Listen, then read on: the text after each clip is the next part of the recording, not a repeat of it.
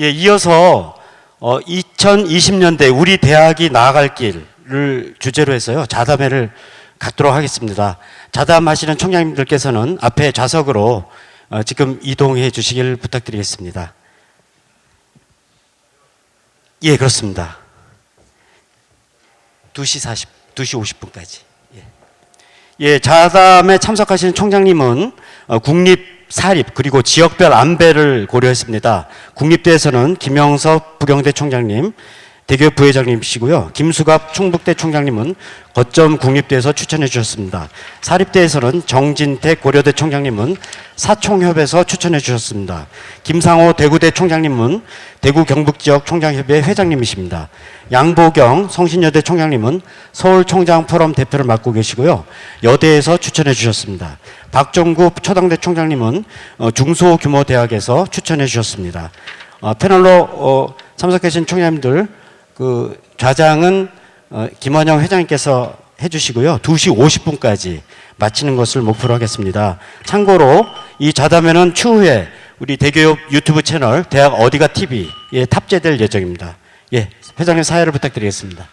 예, 안녕하십니까. 저 식사 후에 뭐 좀 피곤하실 텐데 이런 또 자담회를 집중하시기가 쉽지 않을 텐데 그렇지만 또 우리 또 총장님들이 모인 자리에서 2020년 또 그리고 앞으로 우리 대학이 나갈 어떤 방안에 대해서 방향에 대해서 이 각 그 총장님들로부터 어떤 의견을 듣고 이렇게 토론하는 어떤 시간을 이 정기총회에 가져봤습니다. 그래서 각 아까 방금 설명하신 대로 뭐 국공립대학, 사립대학, 또 수도권 지역, 그다음에 저 소규모 대학 등등으로 해서 대학별로 총장님들을 매시고 또 흔쾌히 또 응해주신 총장님들께 감사를 드립니다.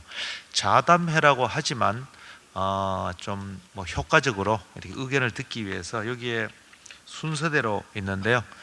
저는 좀 나중에 말씀드리고 우리 김영섭 부경대 총장님, 김수갑 총장님, 정진택, 김상호, 양보경, 박종구 총장님 순서로 약 한 5분 정도 그 의견을 듣는 그런 시간을 갖고 시간이 남는다면 어떤 주제에 대해서 좀 토론 형식을 좀 가져볼까 생각합니다. 먼저 이 김영섭 부경대 총장님 말씀을 좀 듣겠습니다. 예, 부경대학교 김영섭입니다. 우리가 늘 2020년이 되면 2030 발전 계획을 세우고 그러는 것 같습니다. 2020년은 큰 뜻을 세우고 멀리 내다볼 수 있는 첫 출발이 되는 매우 뜻깊은 해라고 생각을 합니다.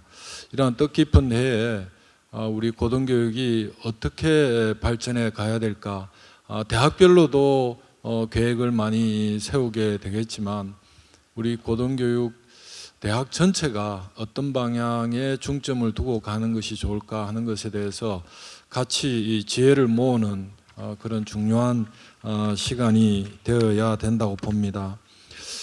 다 아시는 것처럼 과학기술이 워낙 발전을 해서 이제 좀 있으면 AI가 인간의 지능을 넘어서는 시대가 온다, 임계점이 온다, 그렇게들 예측을 하고 있습니다. 융합을 넘어서 이제 초연결 시대다, 이런 이야기도 하고 있습니다. 근데 제가 총장을 7년 반 하면서 들은 이야기, 빅데이터 분석을 하면 대학 평가 이야기를 가장 많이 들었을 것 같고요. 재정 문제, 그 다음에 학령 인구 감소 문제, 이런 문제를, 이런 단어를 가장 많이 듣지 않았나 하는 생각이 듭니다. 그럼에도 불구하고 사실은 시대 과학기술이 이렇게 급변하고 글로벌 경쟁이 이렇게 무한 경쟁 시대로 가고 있는 데 비해서 우리 교육의 현장, 엔딩 포인트, 우리 교실을 들여다보면 우리가 정말 이렇게 가면 미래가 있을까 하는 두려움을 많이 사실은 느끼고 있습니다. 우리 총장님들, 저도 마찬가지지만 대학을 운영하다 보면 이게 벽을 넘기가 상당히 어렵구나 하는 것을 실감을 하지 않습니까? 이게 학과 간에 또 벽도 있고 뭐 이 교수들 간에, 교수님들 간에 벽도 있고 또 본부와 우리 이 학과 간에 벽도 있고 해서 정말 어떤 뜻을 함께하고 이런 벽을 없애고 뜻을 함께하고 문제를 진지하게 해결할 수 있는 이런 기회가 정말 있었는가, 이렇게 보면 참 부끄럽다 하는 생각이 들기도 합니다. 저도 국립대학 총장협의회 등을 통해서 각 대학에서 혁신을 했다는 보고서를 이렇게 보면 수박 그달기식 보여주기식 혁신 내용만 수록되어 있다고 봅니다. 정말 학생이 원하고 또 국가사회가 원하고 글로벌 경쟁을 리딩할 수 있는 이런 혁신은 정말 일어나고 있느냐, 우리 교육 현장에서. 여기에 대해서는 상당히 저는 비관적으로 보고 있습니다. 그래서 작년 말에 금년부터는 정부에서도 첨단 인력 양성 사업을 이렇게 발표도 하고 있는데, 이런 내용을 우리 교무회의나 학과장님들 모아놓고 얘기하면 먼 나라 이야기로 치부를 하고 있다는 느낌을 많이 받습니다. 엘빈 토플러가 이야기한 것처럼 기업은 100마일 속도로 가는데 대학은 10마일 속도로 가고 있구나 하는 것을 정말 현장에서 실감을 할 수밖에 없는 그런 느낌을 가지고 있습니다. 그래서 저는 이게 또 총장님들, 우리 지역에서 부울경 총장님들하고도 대화를 해보고 이렇게 하면 총장님들은 분명한 의지를 가지고 있음에도 불구하고 이것을 어떻게 해야 될까 하는 데 대해서 방법을 잘 모르겠다, 이런 것의 어떤 문제에 대해서, 그렇다고 우리 대교육 같은 데서 컨설팅을 해주는 것도 아니고 그 현장 문제는 대학이 알아서 하는 거 아니냐, 이렇게 되어 있기 때문에 아무리 총장님들이 의지를 갖고 있더라도 실제 실행을 통해서 성과를 내기까지는 상당히 불가능한 입장이 아닌가, 그런 생각이 들고 있습니다. 우리 대학에서도 4차 산업 선도대학 육성 사업을 하고 있습니다. 거의 한 달에 한 번씩 이렇게 가보는데 외형은 많이 바뀝니다. 근데 학생들이 만족도라든지 또 삼자로서 이렇게 들여다보면 이렇게 해가지고 4차 산업을 리딩할 수 있는, AI 시대를 리딩할 수 있는 인재 육성이 되는가? 라고 물어보면 참, 글쎄 이게 좀 어두운 미래밖에 보이지가 않는다는 생각이 듭니다. 그래서 우리가 지금 또 내년에 3주기 평가에 또 매몰될 수밖에 없는 그런 어려움이 있기는 합니다. 이번 정부가 들어서서 국가교육회의를 또 설치를 했습니다. 국가교육회의에서 이런 문제까지 다 포괄해서 뭔가 좀 시원하게 긁어줄 줄 알았는데 국가교육회의 정체성에 대해서 우리 총장님들 그렇게 큰 의미를 부여하고 있지 않다고 생각이 듭니다. 대부분 사회 문제가 되는 입시 문제가 불거지면 그때 조금 움직이는 것 같고, 국가교육회의는 무엇을 하는 곳인가, 이런 또 의구심도 많이 갖고 있는 것이 사실입니다. 그래서 우리 또 제가 이렇게 대교협 회장님을 여러 분 모셔보니까 회장님 되실 때마다 혁신위원회를 설치하고 하겠다, 이게 단발성에 되게 거치고 있기 때문에 지속성이 없다, 일관성, 하다 말고 문제만 제기하고 전혀 지속이 되지 않고 있기 때문에 이게 과연 우리가 해야 될 일일까. 그래서 앞으로 좀 정부, 어떤 정부가 들어오든지 간에 대교협이 좀 중심이 되어서 교육 현장이 바뀔 수 있는 한국 고등교육 혁신 위원회도 좋고, 거기에는 우리뿐만 아니라 기업에서 또 외국에서 전문가들을 좀 초빙을 해서라도 우리나라 고등교육이 AI 시대를 맞이해서 컨텐츠를 어떻게 하고 시스템을 어떻게 해야 되는지 빠른 시일 내에 우리가 좀 이렇게 노력을 하고 뛰어야만 따라갈 수 있지 않을까. 제가 어느 통계를 보니까 OECD 국가 중에 그게 뭐 지수로 되어 있는 것은 아니지만 4차 산업 혁신 능력이라 할까 중하위권에 가 있더라고요. 그게 아마 대학에서 혁신이 일어나지 않기 때문에 그렇지 않은가 하는 느낌을 갖고 있습니다.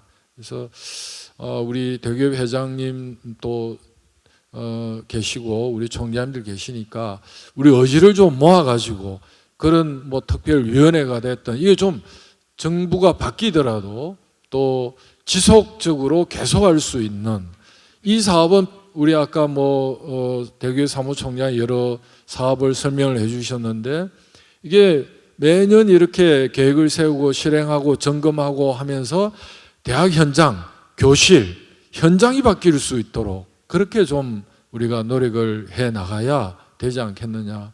지금까지 지식 전수를 해왔다면 이제 그런 시대를 넘어서 지식을 창출하고 그것을 유통시키는 발신지가 대한민국 고등교육 대학 현장이 되어야 되지 않을까 그렇게 감히 제안을 해봅니다. 예, 감사합니다.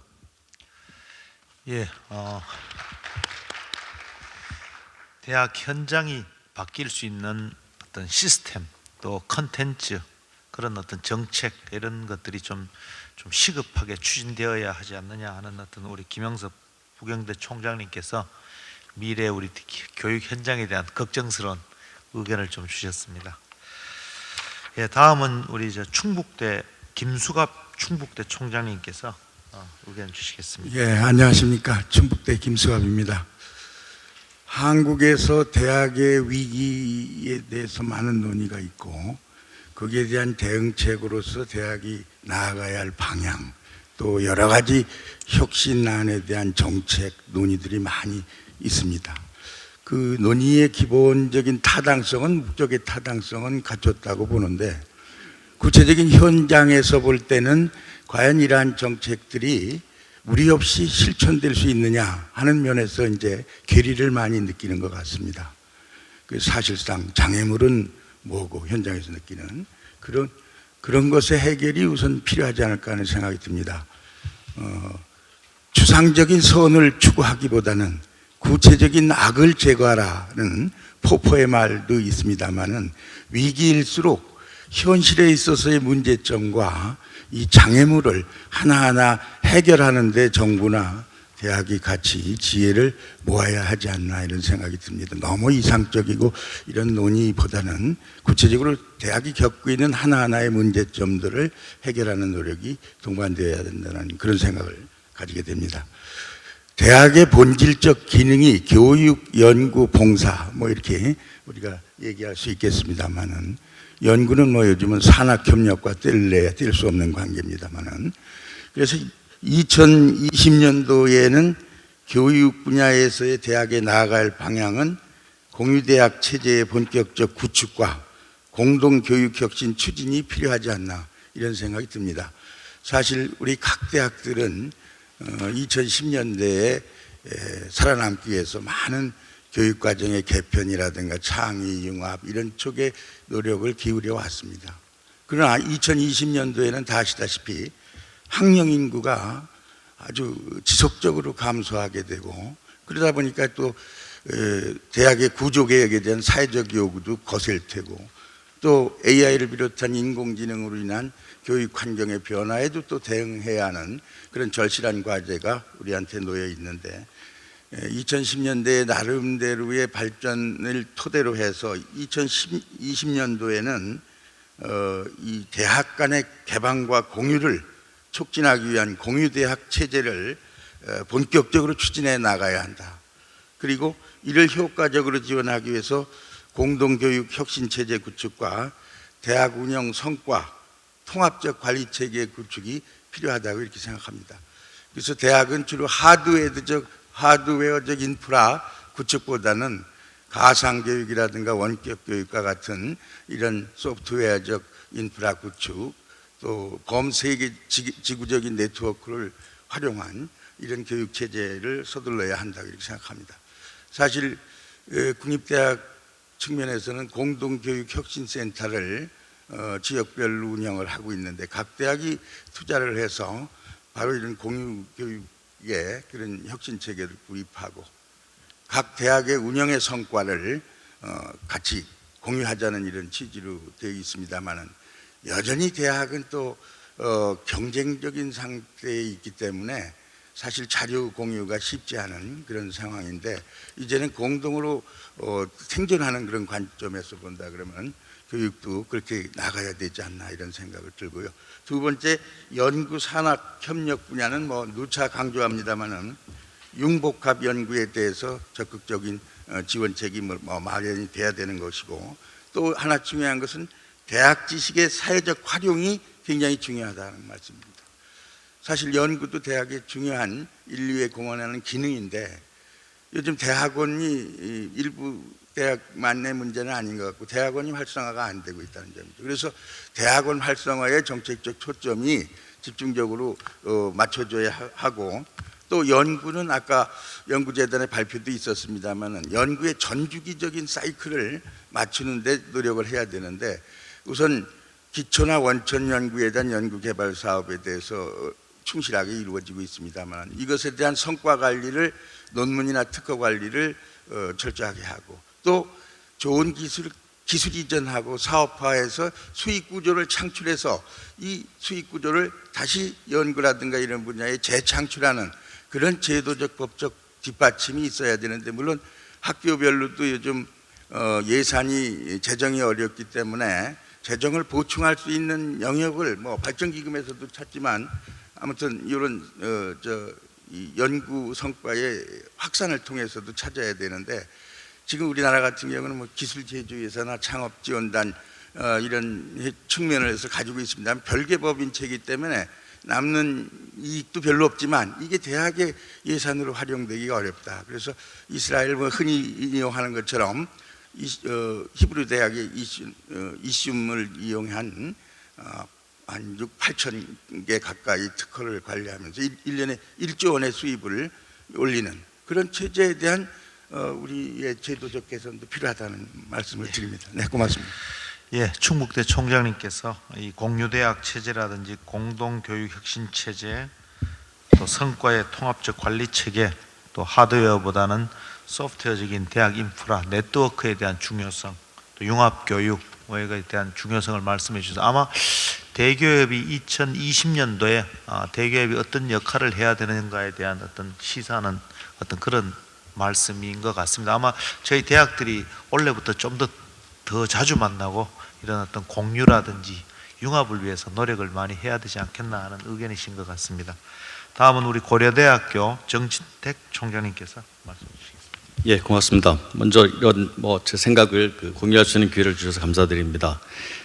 저는 우리나라가 또는 대학이 위기라는 얘기를 많이 하고 있고 미래를 준비해야 되는, 미래의 인재를 키워야 되는 그런 사명을 가지고 있는 고등교육 기관으로서 모든 분들이 고민을 많이 하신다고 생각하고요. 그런 면에서 저는 다양성이라는 것을 우리 대학이 또는 고등교육 기관이 추구해야 되지 않을까 생각을 해봤습니다. 잘 아시는 것처럼 우리나라가 정말 아무것도 없던 그러한 후진국에서 지금의 이 모습을 갖추기까지는 한번 잘 살아보자는 통일된 꿈과 통일된 생각, 통일된 행동으로 여기까지 오지 않았을까 생각합니다. 그 과정 속에서는 일부의 의미 있는 의견이나 생각들도 때로는 무시될 수도 있었지만 그렇게 함으로써 지금까지 왔는데, 이제는 우리가 중진국을 넘어서 선진국으로 가려면 오히려 소수의 의견 또는 약자의 의견 또는 그런 것을, 즉 다양성을 우리의 경쟁력으로 삼아서 또 다른 도약을 해야 되지 않을까 생각을 합니다. 혁신을 많이 얘기하는데 사실 총장님들 전부 다 쉽지 않다는 걸 느끼실 것 같습니다. 저도 이제 작년 3월에 취임을 해서 1년 지났기 때문에 아직 초보 운전이라고 얘기를 하려고 그랬더니 임기의 25%가 지나갔다 그러니까 정신이 번쩍 들어서 정말 시간이 빠르게 흐르는구나 느끼고 있을 수 있고, 제가 초보 운전이라는 얘기를 할 수가 없을 것 같습니다. 누구도 변화를 그렇게 쉽게 받아들이지 않는데 그러다 보니까 익숙한 환경 속에 있으면 익숙한 관행 속에 있으면 현상 유지가 아니고 도태된다는 것, 퇴보된다는 것을 다 느끼고 있을 것이라 생각합니다. 그래서 위기라 하는데 너무 창의적, 없던 것이 아니고 기존에 있는 것들을 모아본다면, 융합한다면 새로운 어떤 경쟁력이 생기지 않을까 싶고요. 그런 의미에서 제가 다양성을 말씀드립니다. 지금까지는 정부의 평가나 또는 정책적인 지원 정책 등이 이 일괄된 기준에 의해서 그렇게 이루어져 왔었기 때문에 물론 전체적인 질적 성장을 이뤘다는 긍정적인 평가도 있겠지만 결국은 대학 간이 동질화되는 그렇게 돼서 모든 대학들이 형편은 다르고 상황은 다른데도 똑같은 꿈을 목표를 이루려고 노력하지 않았나 생각이 됩니다. 당연히 수도권 대학과 지역 대학이 또 대형 규모의 대학과 소형 규모의 대학이 다를 텐데 너무나 기준이 똑같았기 때문에 그러한 목적을 이루려고 했었던 것 같습니다. 저는 아마도 제가 아는 범위 내에서는 우리나라에서 다양성위원회라고 하는 기구를 설립한 게 서울대학교가 처음이고요. 저희가 아마 사립대학으로서는 두 번째로 처음으로 작년 2월에 설립을 해서 물론 이 소수자인 여성 교수님들의 강력한 요구에서 설립이 되긴 했습니다만 이미 대학 캠퍼스에는 다양한 나라에서 학생들이 오고 있고 또 교수님들도 외국인 교수님이 늘어나고 있습니다.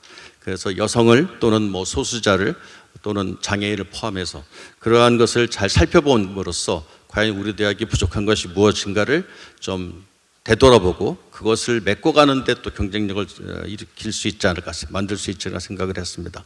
그래서 가능하면 우리 기존의 커리큘럼은 바꾸는 것은 총장이 할 수 있는 것이 아니라 학과의 교수님들이 주도적으로 해야 되기 때문에 그것은 학과에 맡기고 제 입장에서는 학생들이 대학 생활을 하면서 이 교과 과정을 통해서도 많은 것을 습득하지만 비교과 활동을 통해서도 더 많은 어떤 필요한 덕목을 습득할 수 있지 않을까 생각을 합니다. 그래서 저는 본부 차원에서는 비교과 활동에 대한 그런 프로그램을 만들려고 많이 애를 쓰는데 예를 들면은 뭐 대부분의 학생들이 동아리 활동을 하도록 하고 4년 동안 학부생의 경우에 있는 동안에 봉사활동에 참여하도록 하고 그 다음에 해외를 가능하면 뭐 단기간이라도 갔다 오는 그런 경험을 교환학생이나 인턴 프로그램을 통해서 그리고 요즘 유행하는 뭐 창업 활동을 해봄으로써 이 체험을 통해서 생각하고 생각을 통해서 앞으로의 미래 계획을 세울 수 있도록 그렇게 하고자 합니다. 대학이 나아갈 길이라는 게 오늘 자담의 주제인데 결국 이것은 우리는 나라가 나아갈 길이라고 생각이 됩니다. 그래서 미래를 책임질 대학으로서는 너무 똑같은 획일적인 기준이 아니고 각 대학이 처해진 여건 속에서 차별화되고 좀 차별화된 미래에 대한 목표와 행동을 하는 것이 필요하지 않을까 생각이 되고 그래서 대학도 정부도 그러한 다양한 활동과 다양한 목표를 지향하고 실현해 나갈 수 있도록 좀 지원해 주셨으면 좋겠습니다. 여담입니다만 벌써 2년 전에 평창올림픽 때 구호가 하나된 열정, 하나된 대한민국이었습니다. 하나된 열정은 가능하지만 하나된 대한민국은 불가능하다는 것을 지금 현재 사회가 보여주고 있지 않습니까? 그러니까 이 대기업도 또 사립대학 총협의회도 사실 많은 우리 총장님들이 오셔서 한번 힘을 모으자 의견을 취합하자 그러는데 여건이 다르기 때문에 통일된 어떤 의견이 취합되기가 좀 어려운 것 같습니다.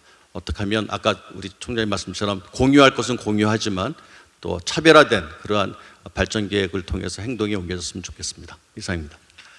예, 뭐 대학 평가다 아니면 더 사업 수주 뭐 이런 것 등에 따라서 아마 대학들이 너무 획일화되고 아마 그 다양성에 대한 것이 강화되는 것이 아닌가를 경계하는 우리 고려대학 그 정진택 총장님께서 다양성의 중요성을 말씀해 주셨습니다.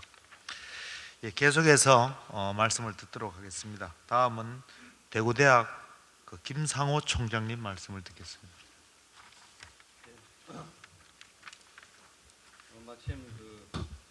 고대 총장님께서 말씀하신 사항이 저하고 좀 맥락이 비슷해서 저는 간단히 두 가지만 말씀드리겠습니다. 우리 대학이 나가야 할 길은 대학이 다 알고 있습니다. 그리고 각 대학의 학과 교수님들이 잘 알고 있습니다. 그게 안 되는 이유는 뭘까? 대학 본부가 무능하기 때문이고 또 대학을 커버하고 있는 교육부가 준비가 덜 되었기 때문이라고 생각합니다. 두 번째는 제가 글을 좀 더 무난하게 하기 위해서 좀 뺐습니다. 뺀 사항만 말씀드리겠습니다. 앞으로 10년간 2020년대에는 그동안 여러 가지 지원을 받았던 소위 서울의 5개 명문대학 그리고 지방의 5개 지역 거점 대학에 대한 교육부의 지원은 이제 제한하고 그동안 소대였던 지방의 사립대학들, 작은 대학들 그들의 경쟁력을 키워야 결국 우리나라 고등교육의 총량의 질을 높일 수 있다. 이러한 모든 사업들, 그러니까 말하자면 명문학과를 만들고 명문대학을 만드는 일, 앞으로 10년간 그 설계를 이제 시작하게 되는데 아마 김인철 회장님의 어깨가 굉장히 무거울 거다 그런 생각이 듭니다.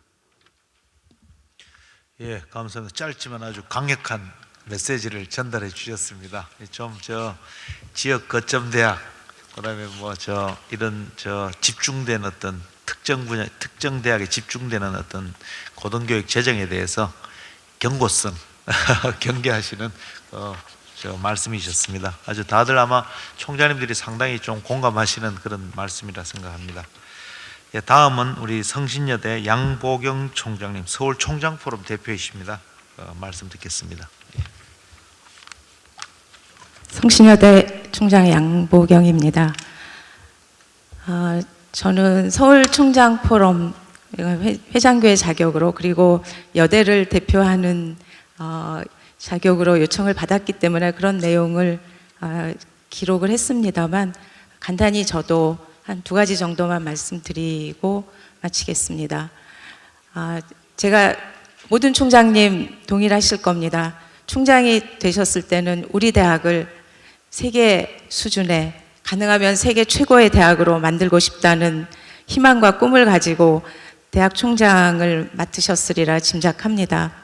그러나 실제로 대학 환경은 그런 총장님들의 꿈을 허용하지 않는 굉장히 많은 규제와 제한과 법들에 묶여 있는 것을 저도 이제 실감을 하게 되었습니다. 특히 제가 우리 대학의 여러 여건을 감안해서 지역 사회와 그리고 지자체와 협력 그리고 공유를 강화하고 싶다는 생각을 가지고 여러 가지를 추진했습니다만 많은 규제와 법적인 제약에 묶여서 그런 공유를 하기가 어려운 현실을 이제 절감을 하고 있습니다. 앞서서 김수갑 총장님도 말씀하셨지만 이제 공유의 시대고 대학이 각자의 것을 각자가 사용하고 각자의 학생들에게 제공하는 시대를 넘어서 함께 공유하고 인적 물적 자원을 공유하는 시대로 나아가기를 희망을 하고 있습니다. 그래서 이런 부분에서 조금 더 많은 제약이 또는 제한이 완화되기를 기대를 합니다.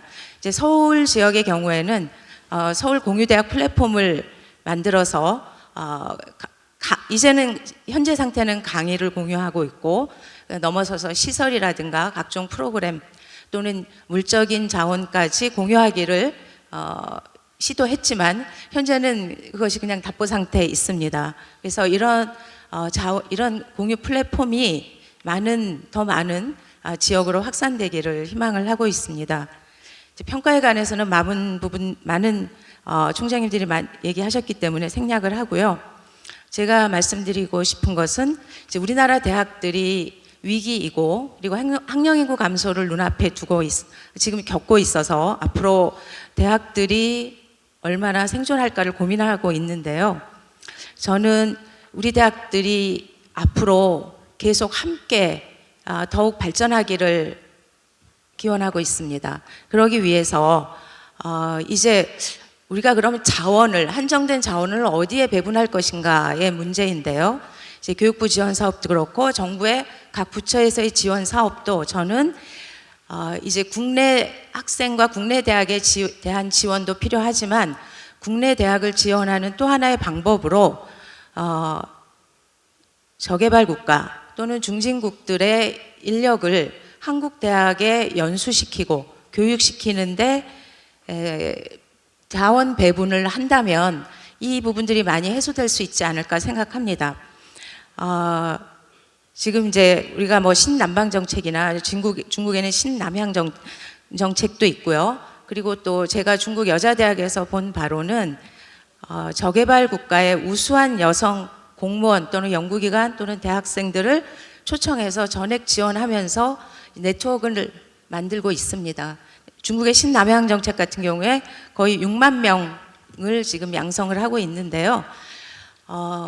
그렇게 우리나라의 대학들의 이제 국내 학생들만이 아니라 외국 학생들을 그냥 단순히 재정을 도와주는 보조 역할의 대상으로 보지 않고 우리하고의 미래 파트너로 글로벌 인재 양성의 어떤 네트워킹의 하나의 연결고리로 우리가 그들을 조금 더 밀접하게 접근할 수 있다면, 그리고 그런 사업에 대한 많은 지원이 있다면 또 우리 대학생들이 세계 각국에 나갈 수 있도록 많은 지원이 이루어졌으면 하는 그런 바람을 가지고 있습니다. 처음에는 이제 여성 글로벌 인재라고 제가 여기다 명시를 했지만 실제로 여성만이 아니라 이것이 모든 여성 남성 구분 없이 모든 대학들이 조금 더 글로벌 대학들과 좋은 선진국도 필요하지만 저개발 국가에 우리 대학들의 자원을 많이 공유할 수 있는 그런 시스템으로 발전할 수 있기를 기대하고, 이런 쪽에 조금 더 정부와 교육부가 눈을 돌리고 지원을 많이 해주기를 기대합니다. 예, 감사합니다. 예, 감사합니다. 저 공유에 대해서 많이 강조를 해주셨고, 그래서 사실은 저 서울 총장 포럼에서 공유 플랫폼을 직접 운영도 하셨는데 계속 이제 지속하기가 상당히 어려운 그런 지금 그 어려움도 저한테 대기업에서 좀 부탁도 주셨는데 저희들도 적극적으로 대응을 하지 못한 어떤 뭐 그런 문제도 있었습니다. 하여튼 어쨌든 이 공유를 하는 방법적인 어떤 면에 대해서 좀 생각을 좀 해야 되지 않겠나 싶고, 교육 위기에 이 한정된 자원을 국내 대학 시스템보다 오히려 또 저개발국 학생 유치라든지 이런 데로 또 저희들이 좀 관심을 돌린다면 좀 효과적으로 대응할 수 있지 않겠나 하는 말씀도 주셨습니다. 예, 마지막으로 우리 저 초당대 박종구 총장님께서 마지막으로 말씀해 주시겠습니다. 예, 초당대 박종구입니다. 저도 두 가지만 간략하게 말씀을 올리도록 하겠습니다. 첫 번째는 제가 이제 공직 생활을 좀 했기 때문에 그 경험과 관련해서 말씀을 드리겠습니다. 지금 이제 우리 대기업이 중심이 돼가지고 이제 교육부하고 여러 가지 형태의 이제 소통 채널을 이제 운영을 하고 있습니다. 협의회도 운영하고 그러는데, 제가 볼 때는 그 교육부뿐만 아니라 이 실질적으로 제가 이렇게 우리 대기업이나 대학에서 얘기하는 사업을 이렇게 보니까 한 80% 정도가 예산 사업이더라고요. 예를 들면은 보훈자녀 장학금 대학 지급에 대한 개선이라든가 뭐 장학금이라든가 요즘 뭐 얘기 나오는 고등 뭐 교육 교부금 제도 도입이라든가, 그러니까 대부분 다 이 소위 예산 기획재정부하고 다 관련된 사안이기 때문에 그 교육부하고의 그 협의뿐만 아니라 그런 예산 당국인 기획재정부와의 그 좀 긴밀한 소통, 이런 것이 우리가 원하는 것을 관찰하는데 대단히 중요하다는 그런 말씀을 드리고 싶습니다. 만약에 우리가 조금 더 일찍 서둘러서 기획재정부하고 협의를 좀 했으면 작년에 아마 그 강사제도 하면서 한 280억 정도 지원받았는데 그것도 아마 좀 증액이 될 수 있었을까 하는 그런 아쉬움이 있습니다. 그 다음에는 이제 의사결정이 이 행정부에서 빠른 속도로 입법부 쪽으로 옮겨가고 있기 때문에 그 관련 상임이라든가 손 뭐 자유한국당이나 뭐 민주당 같은 그런 주요 정당의 정책 라인이나 이런 데와의 그 어떤 소통도 강화할 필요가 있다고 생각합니다. 특히 이제 우리가 뭐 등록금 인상이라든가 아까 말씀드린 고등교육 교부금 제도 도입 같은 거는 정치권의 협조 없이는 절대로 불가능한 거기 때문에 그런 부분에 대한 노력이 좀 있어야 될 것 같고, 단지 이제 그 윗선뿐만 아니라 실질적으로 정책을 만드는 정책실장이나 정책국장이나 뭐 전문위원이나 보좌관이나 이런 실무 라인과의 소통 같은 것도 우리 대기업이 중심이 돼서 좀 해주시면은 훨씬 좋지 않을까 하는 생각을 합니다. 두 번째로는 이제 제가 이제 중소규모 대학, 지방대학을 대표해서 나와서 하는 말씀이니까 그거 관련해서 말씀을 간략하게 드리도록 하겠습니다. 제가 오늘 이걸 이제 답변을 준비하면서 몇 번 관련 자료를 봤습니다. 최근에 이제 우치다라는 일본 사람이 쓴 소위 인구 감소의 사회라는 제 책을 읽었는데 여기 보면 뭐 잘 아시는 것처럼 일본은 이미 벌써 상당한 폭으로 인구 감소가 됐고 이미 이제 소위 지방 소멸, 약간 강한 표현으로 지방 절멸의 시대가 이제 이미 시작이 됐습니다. 중국에 보니까는 중국이 2017년부터 2019년 동안 3년 동안에 출생 인구가 330만이 줄었더라고요. 그리고 이 중국이 공식적으로 발표한 그 합계 출산율이 1.6명인데 미국의 유니버시티 오브 위스콘신 메디슨에 있는 리프치안이라는 그 중국계 학자가 분석한 거에 따르면은 합계 출산율이 1.18명이랍니다. 2010년부터 18년까지. 그리고 중국 사회과학원에서 이 2027년부터 이제 중국 인구가 감소한다고 발표를 했는데 이미 전문가들은 실질적으로 중국 인구는 2018년 늦어도 2019년부터 실질적으로 감소세로 바뀐 거 아니냐는 그런 의견이 강하게 제기되고 있습니다. 제가 이 얘기를 말씀을 드리는 것은 우리도 별 차이가 없습니다. 이미 지난 3분기에 우리 그 합계 출산율이 사상 최저 0.88명으로 떨어졌고 제가 볼 때는 이미 사실상 우리도 실질적인 인구 감소의 트렌드에 들어갔다고 봅니다.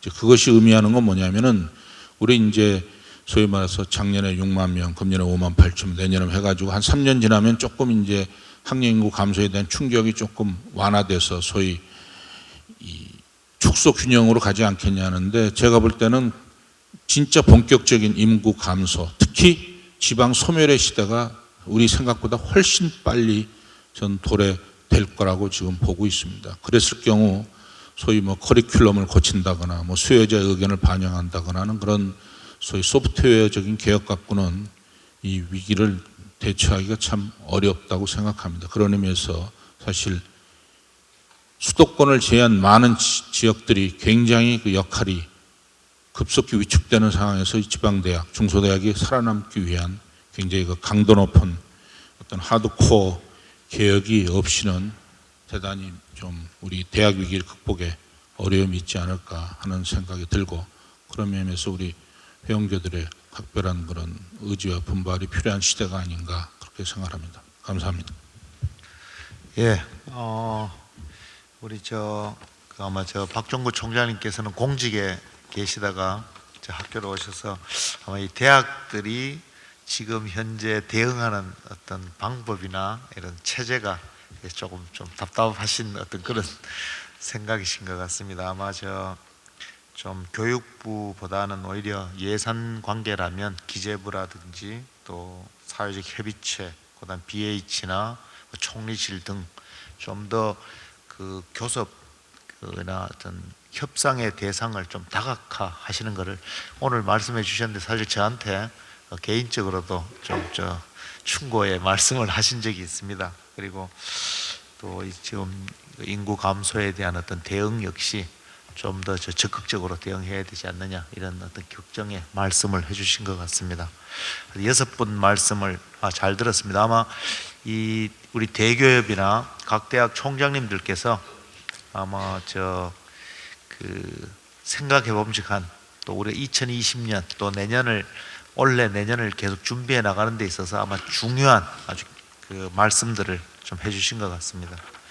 시간이 좀 있어서 저도 한 말씀을 잠깐 드리면 제일 앞에 저는 뭐 사회를 보려고 하다가 최근에 제가 신문에 기고한 게 하나 있어서 그 AI 교육에 대해서 그 앞에 좀 신문 기고를 그냥 그대로 실었는데요. 이 내용의 핵심은 뭐냐면 AI 교육, 빅데이터다, AI다, 블록체인이다 하는 소위 말하는 4차 산업혁명 시대의 그 산업이라고 우리가 하는 첨단에 대해서 대학들이 어떻게 대응해야 될 것인가에 대해서 생각을 좀 하고 거기 뭐 글을 한번 써봤습니다만, 모든 대학들이 원천 기술, 알고리즘 개발을 위한 어떤 학과라든지 대학을 만들 수는 없지 않겠는가? AI 교육이 AI 알고리즘 개발만 AI 교육이겠는가 하는 생각을 좀 해봤습니다. 그러니까 뭐 외국에서 교수를 매시고 오는데 뭐 10억이 든다, 30억이 든다, 100억이 든다 하는데, 제가 보기에 제 생각입니다. 현재 나와 있는 그 AI 관련 기술, 데이터 사이언스 관련 기술을 여러 학문 분야에 응용 적용하는 것도 지금 매우 시급한 게 아닌가라는 생각을 해봤습니다. 그래서 아마 대학들이 혹은 또 정부에서, 교육부에서 AI 관련 혹은 융합학문 관련 지원을 한다면 응용 분야 역시, 적용 기술 역시 중요한 것이 아니겠는가.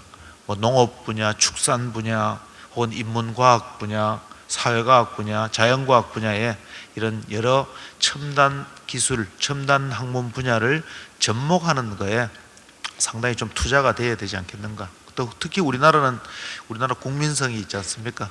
그런 어떤 실제적인, 어떤 실천적인 어떤 과제나 일을 하면서 훨씬 더 그 메인으로 알고리즘 개발까지도 나중에 그 넘어설 수 있는 그런 어떤 능력을 가진 또 우리나라라고 생각해서 좀 그런 거에 좀 관심을 돌려야 되지 않겠는가라고 해서 한번 우리 청년들이 전혀 교육을 받지 않고 사회에 나간다면 언제까지 알고리즘이 개발될 때까지 기다릴 것인가, 또 그걸 탐만할 것이냐 이거죠. 지금 빨리 우리 청년들에게, 우리 학생들에게 교육을 해서 사회를 내보내서 이 지금 나가서 살고 있는 학생들의 자세나 태도나 어떤 마인드를 우리 대학들이 바꿔줘야 되지 않겠는가 하는 것을 좀 한번 글로 한번 써본 내용을 이 좌담의 내용으로 한번 좀 주제를 삼아봤습니다. 혹시 오늘 저 6분 또 저까지 7명이 어떤 의견을 주셨는데, 혹시 상호간에 뭐 어떤 뭐 질문이나 또 다른 어떤 추가로 의견을 주실 저 분이 계시면 말씀해 주시면 고맙겠습니다. 뭐 질문도 좋고요. 앞에 나오신 분은 예, 저기 그럼 총장님들께서 시간이 한 10분 정도 있으니까요. 지금 저 총장님들께서 이런 자리를 통해서 한번 좀 말씀을 주실 분이 계시면 손을 들어 주시면 마이크를 드리겠습니다. 예, 저 뒤에 예.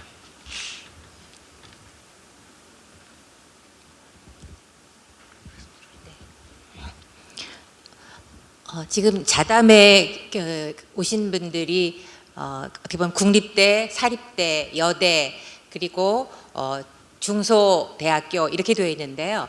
저는 평택대 신은주 총장입니다. 저는 어떻게 보면 제일 취약한 그 대학의 부류에 속해 있는데요. 지금 임시사가 파견되어 있는 대학입니다. 그리고 수도권입니다. 그래서 사실은 아까 그 말씀하셨던 교육부의 규제에 관련해서 아까 질문을 하고 싶었는데요. 그때 하지 못했던 부분이 어떻게 보면 대학 중에서도 가장 어려움에 처해 있는 수도권 중에서도 임시이사 파견된 대학에 교육부의 관심과 지원, 그리고 규제를 타파하는 부분과 관련돼서 대교협에서도 좀 관심을 가져주셨으면 해서 말씀을 드립니다. 아까 내용이 어떤 거였냐면요, 고등교육 규제 개선 관련해서 처분 재산의 기준이 초과됐을 경우에는 수익용 기본재산 대체 취득 없이 처분을 허가하고 교육용 기본재산 임대 기준 명확화 등 지침 개선, 이런 부분이 있는데요. 대부분의 그 법인의 재산과 관련된 그 매각이나 이런 변경과 관련돼서는 임시이사가 파견된 대학에서는 거의 아무것도 할 수 없는 것이 현재의 상황입니다. 그런데 여러 총장님들이 아시는 것처럼 임시이사가 파견된 대학이 지금 현재 제가 33개교 정도로 알고 있는데요. 어떻게 보면 대학이 정상적으로 운영되지 않기 때문에 그런 부분에서 구성원의 민주화 노력이나 또는 그 비정상적인 교육을 타개하기 위해서 가장 어떻게 보면 절박한 노력을 하고 있기 때문에 이런 법인 재산이나 여러 가지 부분에 있어서 교육부의 전폭적인 지원이 필요합니다. 그러나 현재 상황에서는 이사들의 권한도 최소화되어 있고요. 어떤 법인의 재산과 관련돼서 사실은 교육부가 거의 부동의 자세로 협력을 하지 않고 있습니다. 그러니까 이런 부분에서는 사실은 대학이 앞으로 나아가기 위해서는 좀 지원이 필요하지 않겠나 하는 부분이고요. 그다음에 두 번째는 대교협에서 내년도 그 영양 그 진단과 관련돼서 각 대학의 의견을 계속 청취했습니다. 그래서 저희 대학도 그 대교협과 그다음에 교육부와 그다음에 교육개발원에 그 의견을 드렸던 부분인데요. 그 중에서 아마 여러 총장님들도 아실 텐데 지금 영양 그 진단과 관련해서 가장 어떻게 보면 포인트가 재학생 충원율입니다. 재학생 충원율이 사실 어떻게 보면 영양 진단의 가장 핵심이라고도 볼 수 있을 만큼 그 부분이 20점으로 아주 대단히 큰 지표가 되어 있는데요. 지금 저희 대학을 포함해서 많은 대학이 예를 들어서 편제가 완성되고 나서 얼마 되지 않았던 대학, 예를 들어서 아직도 3, 4학년이 채워지지 않았거나 편제가 바뀐 다음에 6년 정도, 7년 정도가 됐을 경우에는 재학생 충원율이 상당히 나쁩니다. 예를 들어서 일반 휴학을 하거나 군 휴학을 하거나 이래서 재학생 충원율이 보통 다른 대학의 다른 학과에 비해서 절반 이하로 떨어지는 경우들이 있습니다. 근데 이 부분이 교육부의 평가에 대해서는 전혀 반영이 되지 않고 있거든요. 이번에 기회평가 처장 때도 이 부분을 얘기를 했었는데요. 이 부분은 아마 다른 대학에서도 거의 비슷한 유형이기 때문에 영양 진단 평가 관련돼서 지표를 완성하기 전에 이 부분은 꼭 반영해 주셨으면 좋겠다는 생각이 들어서 말씀드립니다. 예, 감사합니다. 예, 감사합니다. 오늘 이렇게 좌담에 나온 그 말씀과 지금 방금 말씀해 주신 거는 정리를 잘해서 교육부에 반드시 그 건의를 드리도록 하고 또 구조개혁위원회에 가서 방금 말씀하신 이 충원율의 어떤 문제를 반드시 문제 제기를 제가 직접 하도록 하겠습니다. 예, 감사합니다. 또 다른 우리 부총장님.